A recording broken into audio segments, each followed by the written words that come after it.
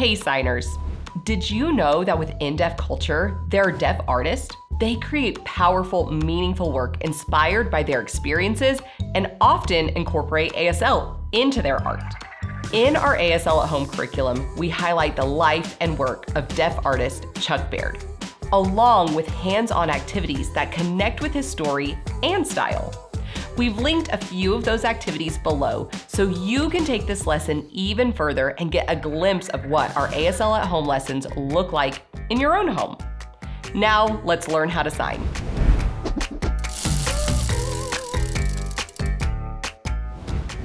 Chuck Baird was born on February 22nd, 1947 in Kansas City, Missouri. From the moment he could hold a crayon, he drew on everything: scrap paper, cardboard, even on the back of homework sheets. Chuck was deaf from birth, so ASL became his first language.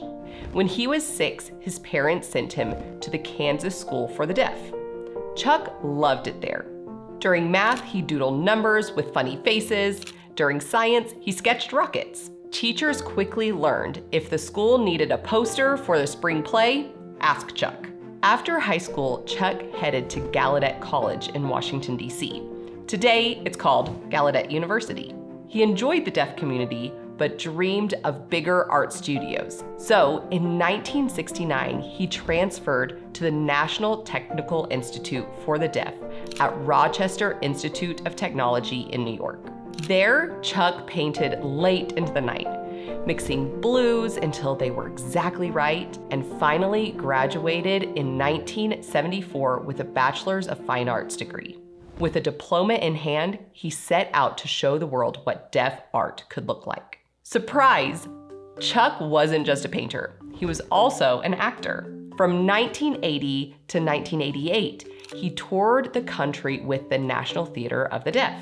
By day, he hung giant backdrops he'd painted for himself. By night, he performed stories on stage in ASL. Imagine riding a bus all week, acting under the bright lights, then cleaning your paintbrushes backstage. That was Chuck's life. He loved every bit of it.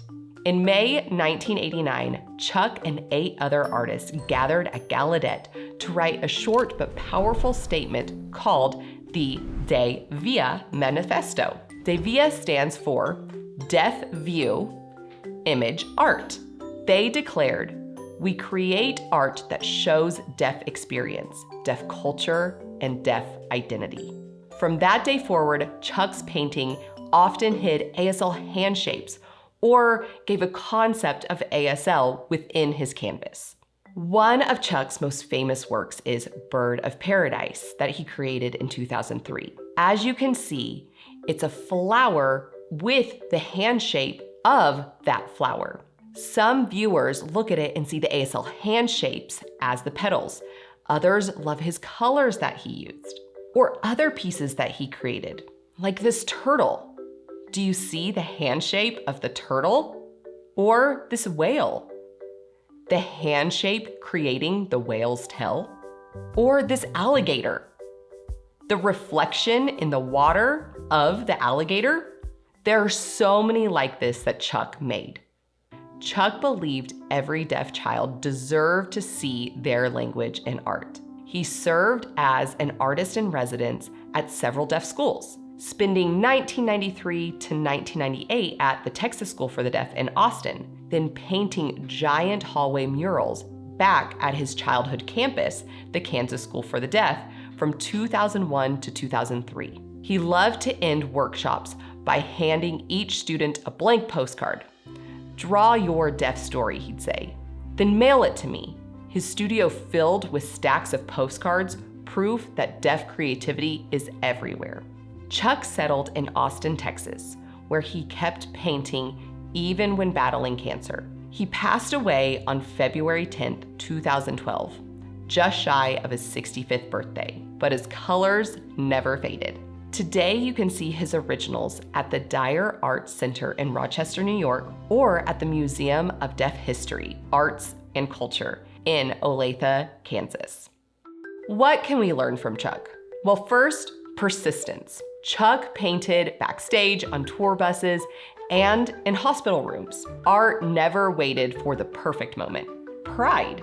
His canvases shout, "Deaf culture is bold, beautiful, and worth celebrating." And sharing. He taught thousands of kids to turn ASL signs into swirling lines and bright colors. We hope you enjoyed this lesson and take some time to explore the activities linked below.